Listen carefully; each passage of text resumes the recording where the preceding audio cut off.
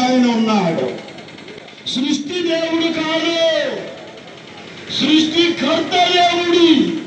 భూమి దేవుడు కాదు, చెట్టు దేవుడు కాదు, పుట్ట దేవుడు కాదు, సూర్యుడు దేవుడు కాదు, చంద్రుడు దేవుడు కాదు, ఆకాశము దేవుడు కాదు, నక్షత్రాలు దేవుడు కాదు. వీటన్నిటిని సృష్టించిన సృష్టికర్త అయిన దేవుడు ఒక ఆయన ఉన్నాడు. హల్లెలూయా. అంతేకాదు ప్రియులారా, మానవులమైన మనందరినీ కూడా సృజించిన దేవుడు. నీ రూపము, నీ పోలిక, నీలో ఉన్న ఆత్మ అన్నీ ఆ దేవుడి ద్వారా నీకు కలిగాయే కానీ మరొకరి ద్వారా నీకు కలగలేదని నేను మీకు తెలియజేస్తూ ఉన్నాను. జాగ్రత్తగా వినండి. దేవుడు సృష్టించిన భూమి మీద నీవు ఉన్నావు, ఆ దేవుడు నీకు అక్కర్లేదు. దేవుడు సృష్టించిన ఆకాశము కింద నీవు ఉన్నావు, ఆ దేవుడికి అక్కర్లేదు. దేవుడు కలుగు చేసిన నీటిని త్రాగుతున్నావు, ఆ దేవుడికి అక్కర్లేదు. భూమిలో నుంచి పంట వస్తే పంట తింటున్నావు, ఆ దేవుడికి అవసరం లేదు. ఈ భూమిలో ఉన్న సకలమైన ఆ యొక్క రసాయనిక పదార్థాలన్నీ నువ్వు వాడుకుంటున్నావు కానీ ఆ దేవుడు ఎవరో నీవు తెలుసుకోవటం లేదు. మీరు గ్రహించాలని కొద్ది మాటలు నేను చెప్తాను ప్రియులారా. ఏ భూమిని, ఏ ఆకాశాన్ని, ఏ సూర్యుడిని, ఏ చంద్రుడిని, ఏ నక్షత్రాలను, ఏ గ్రహాలను, ఏ మనుష్యుని సృష్టించాడో ఆ సృష్టికర్త అయిన దేవుడు, ఆ సృష్టికర్త అయిన దేవుడు, మానవులను సృష్టించిన దేవుడు, నిన్ను నన్ను పుట్టించిన దేవుడు, ఆయన మానవుడు వివిధ తంత్రాలు కల్పించుకొని, మోసాలు కల్పించుకొని, మాయలు కల్పించుకొని, అబద్ధాలు కల్పించుకొని, అక్రమాలు కల్పించుకొని, అన్యాయాలు కల్పించుకొని, అవినీతిని కల్పించుకొని, జాగ్రత్త లేకుండా ఇష్టానుసారంగా తిరుగుతూ దేవునికి దూరమై పాపంలో పడి, వ్యసనాల్లో పడి, దౌర్భాగ్యులై పిచ్చి పిచ్చి ఆశలు వేస్తుంటే ఆ దేవుడు మనిషిని చంపకుండా, మనుషులు నాశనం చేయకుండా, పాపులందరినీ ఒక్క దెబ్బకి తుడిసివేయకుండా ఆ దేవుడే, ఆదిలో ఉన్న దేవుడే, సృష్టికర్త అయిన దేవుడే కుమారుడుగా కుచిత భారతీత కుమారః ఋగ్వేదంలో కుచిత్. నీకు అర్థమైందా?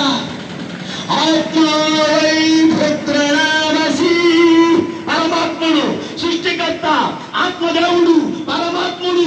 ఎవరైతే మీరు పరమాత్ముడు అంటారో, ఎవరైతే మీరు దేవుడు అంటారో, ఆ పరమాత్ముడు ఒక నామాన్ని ధరించుకుని, ఒక నామాన్ని ధరించుకుని ఒక కుమారుడుగా కుచితాన్ భారతీత కుమారః, ఒక కుమారుడిగా ఈ లోకానికి జన్మించిన దేవాతి దేవుడు. దేవునికి మహిమ కలుగును గాక. ఆయన పుట్టుకలో పాపము లేదు. కన్యక గర్భవతి అయి కుమారుని కనునని బైబిల్ చెప్తుంది. ఆయనకు భూ సంబంధమైన తల్లి ఉంది, పర సంబంధమైన తండ్రి ఉన్నాడు. మనలాగా తల్లిదండ్రులతో కలిస్తే వల్ల పుట్టినోడు కాదు. ఆయనలో ఒక శక్తి ఉంది.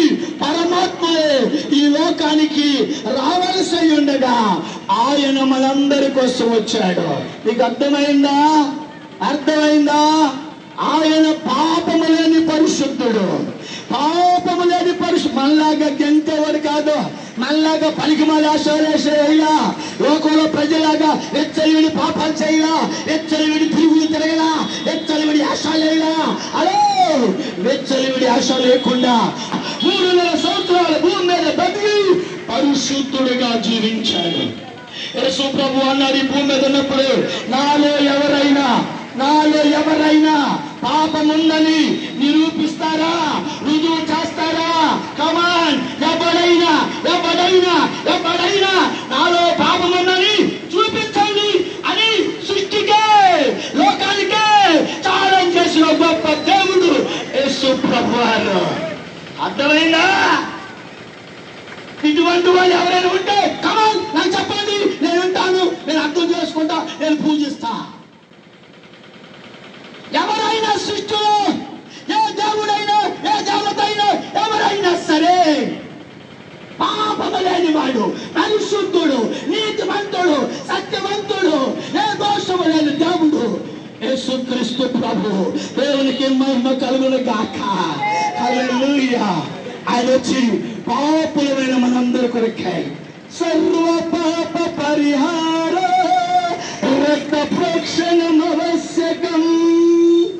మీకు తెలుసా, సర్వ మానవులందరూ పాపులై ఉండగా పాపులను పునీతులుగా చేయటానికి, పాపులను పరిశుద్ధులుగా చేయటానికి కారణం రక్తం కావాలి. రక్తం కావాలి, రక్తం కావాలి. ఒక పాపి పరిశుద్ధులు కావాలంటే రక్తం కావాలి. ఒక పాపి పరిశుద్ధులు కావాలంటే రక్తం కావాలి. హల్లెలూయా. ఏది కోడి పిల్ల, ఏది కోడి పిల్ల, ఏది మేక పిల్ల, ఏది దున్నపోత, ఏది కోస్తే ఈ పాపం పాపి. తద్రక్తం పరమాత్మేన పుణ్యదాన బలియాగం.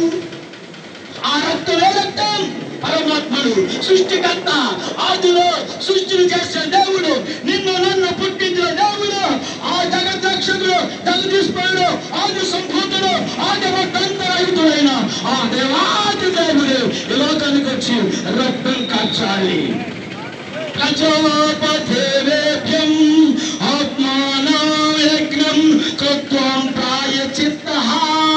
ఇంత ధైర్యంగా, ఇంత సాహసంగా, ఇంత నెపరంగా నేను మాట్లాడుతున్నానంటే నా దేవుడు ఎంత గొప్ప దేవుడో తెలుసా. నేను గుంటూరులో పుట్టాను, నాది గుంటూరు జిల్లా. నేను 22 వయసులోనే, ఇంటర్మీడియట్ చదువుతున్న వయసులోనే ఎన్నో పాపాలు చేశాను, ఎన్నో మోసాలు చేశాను, ఎన్నో కుటుంబాలు కూర్చాను, నక్సలైట్గా తిరిగాను, ఒక రాజకీయ నాయకుడిగా తిరిగాను, ఎన్నో పాపిష్టి పనులు చేసి సమాజాన్ని నాశనం చేయడానికి పూనుకున్నాను. నేను చేయని పాపం అంటూ లేదు. కాలేజీ వెళ్తుంటే బాగా తాగి 2 రత్నకిలీలు నోట్లో వేసుకుని చేతులకి వరకు మనిషి కాలు కూర్చుంటే కాలేజీ అంతా దత్తరిల్లిపోయేది.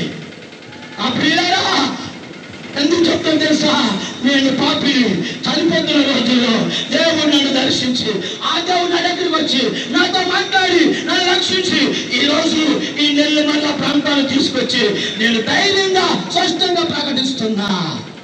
పాపులు రక్షించడానికి ఈ లోకానికి వచ్చిన దేవుడు. అదే పనికి మరి అసలు రాలేదు బ్రదర్. ఓ బ్రదర్, దౌర్భాగ్య పవిత్రం రాలే యేసయ్య. క్రైస్తవులారా, మీరు కూడా జాగ్రత్త, అందరం జాగ్రత్త పడదా. పిచ్చి పిచ్చి ఆశాలేట రాలా యేసయ్య. పాపిని రక్షించడానికి వచ్చాడు. నేను పాపిని, నువ్వు పాపిని, అందరూ పాపలే ఉండగా పాపులు రక్షించడానికి వచ్చిన సృష్టికర్తైన దేవుడు యేసయ్య. ఆయన ఏం చేశాడు? మొన్న గుడ్ ఫ్రైడే ఏం చేశాడు? 150 కేజీలు బరువైన సిలువ ఉదయం 6 గంటల నుండి 9 గంటల వరకు ఎరుసలేము వీధులన్నీ తిప్పి మోయించి కొట్టి 350 మంది సైనికులతో, 50 మంది రౌతులతో యేసు ప్రభుని వీధులు తిప్పి కొట్టారు. ఏం తప్పు చేశాడు? ఏం నేరం చేశాడు? తప్పు చేసిన ఎవరు? నువ్వు, నేను. పాపిస్తులు ఎవరు? హలో, పాపిస్తులు ఎవరు? నువ్వు, నేను. హలో, అనుకున్నాడు ఎవరు? మనం చేసిన పాపాలకి సృష్టికర్తల దేవుడే, సృష్టికర్తల దేవుడే, సృష్టికర్తల దేవుడే మనందరి పాపాలు ఎన్ని తలలో మొలకలతో 17 గాయాలు చేసింది. బలమైన గాయాలు 17, 150 గాయాలు ఊపి మీద, శరీరంలో బలమైన 150 గాయాలు. మీకు అర్థమవుతుందా? చేతుల్లో మేకులు, 9 అంగుళాల మేకులు, బరువైన మేకులు, అక్కడ బయ్యపోటు, ఈ బంద కోడా దెబ్బలతో కొట్టబడి, చంపబడి, సమాధి చేస్తే 3వ రోజున తిరిగి లేచిన దేవుడు. దేవునికి స్తోత్రం చెప్పండి. ఎవరైనా ఉన్నారా? ఉన్నారా? ఎవరైనా కమాన్ ఉంటే చాలు. నేను ధైర్యం కడుతున్నా. ఎవరైనా ఎక్కడైనా ఇలాగా పాపుల కొరకై చనిపోయిన దేవుడు ఎవరు ఉంటే యజరేలు యేసు. ఇంకా లేడా? పాపుల రక్షణలోకి వచ్చిన దేవుడు కనుక ఆయన శిలువలో మరణించి నిన్నంతా సమాధిలో ఉన్నాడు. తెల్లవారుజామున రాత్రి సమాధిలో ఉన్నాడు. ఈ రోజున సమాధిలో నుండి బయటకు వచ్చాడు. సమాధి జయించిన దేవుడు, మృత్యుని జయించిన దేవుడు, మరణాన్ని జయించిన దేవుడు. హలో, మరణాన్ని జయించి తిరిగి లేచి సజీవుడై ఉన్న దేవుడు. ఆ దేవుడి గురించి మేము ప్రకటిస్తాం. ఏమాత్రం సిగ్గుపట్టాలా?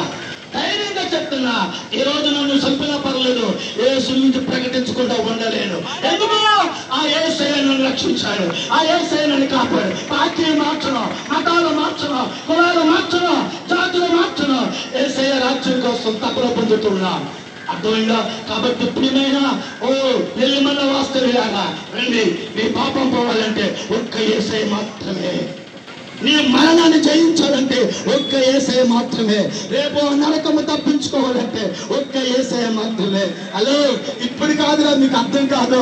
పాపంలో బతికే వాళ్ళకి ఇప్పుడు అర్థం కాదు, ఇప్పుడు మజాగా ఉండింది. కానీ ఒక రోజు ఉండింది బాబా. హలో, ఒక రోజు ఉండింది. అరుపులు కేకలు ఉంటాయి ఒక రోజున. ఒకరోజు అరుపులు కేకలు ఉంటాయి, గుర్తుపెట్టుకోండి. ఆ అరుపుల కేకల నుండి మనం బయటపడాలి, ఆ నరకం నుండి బయటపడాలి, ఆ అగ్నిగుండం బయటపడాలి. యేసయ్య ద్వారం తెరిచాడు, యేసయ్య మార్గం అయి ఉన్నాడు. రండి, యేసు ప్రభు దగ్గరికి రండి, ఆ ప్రభుని నమ్ముకోండి, నరకం తప్పించుకోండి, పరలోకానికి వెళ్దాం. పరలోకము అందమైన లోకము, దేవుడు నీ కోసం సృష్టించిన లోకము. ఆ లోకాన్ని వెళ్ళి నరకానికి వెళ్తామంటే ఏంట్రా? పాపిష్టి పనులు చేస్తూ, పాపిష్టి పనులు మానుదా. దేవుడు ఉన్నాడు, పాపాలు క్షమిస్తాడు. ఆ ప్రభుని నమ్ముకుని పరలోకానికి వెళ్ళండి. బతులాడుతున్నాను, ప్రేమతో బతులాడుతున్నాను. నరకానికి వెళ్ళండి. కష్టమైన, నష్టమైన, శ్రమైన, సంపేసిన పరలోకానికి వెళ్దాం. జాగ్రత్తగా ఉందాం. దేవుడు మిమ్మల్ని దీవించును గాక. ప్రార్థన చేస్తాను. నా ప్రియమైన తండ్రి, నా రక్షకుడా, నా యేసయ్య, నీ సువార్త ప్రకటిస్తున్నా. నెల్లిమల్ల ఉన్న క్రైస్తవ సోదరులు మేమందరం, నెల్లిమల్ల ఉన్న నీ బిడ్డలను మేమందరం, ఒకవేళ మాలో ఏమైనా దోషాలంటే నువ్వు క్షమించగల దేవుడు, లోకంలో ఉన్న ప్రజల పాపాలు క్షమించగల దేవుడు. ప్రకటించిన ఈ సువార్తమానాలు ప్రతి మనిషి గుండెల్లో నాటింపజేసి, ఆదిలో ఉన్న దేవుడవని, నువ్వే సృష్టికర్తవని, మా కొరకు చనిపోయావని, రక్తం కాచవని, నీ రక్తం మా పాపాలు కడుగుతుందని, నీ ద్వారా మేము మోక్షం కడతామని, నరకం తప్పించుకుంటామని, అగ్నిగుండం తప్పించుకుంటామని, మోక్షానికి కడతామని తెలుసుకుని నీ రాజ్యం చేరడానికి ప్రతి బిడ్డ నీ రాజ్యం చేరినట్లు, నరకానికి వెళ్లకుండా ఉన్నట్లు కృప చూపించమని యేసు నామములో ప్రార్థిస్తున్నాను తండ్రి. ఆమేన్.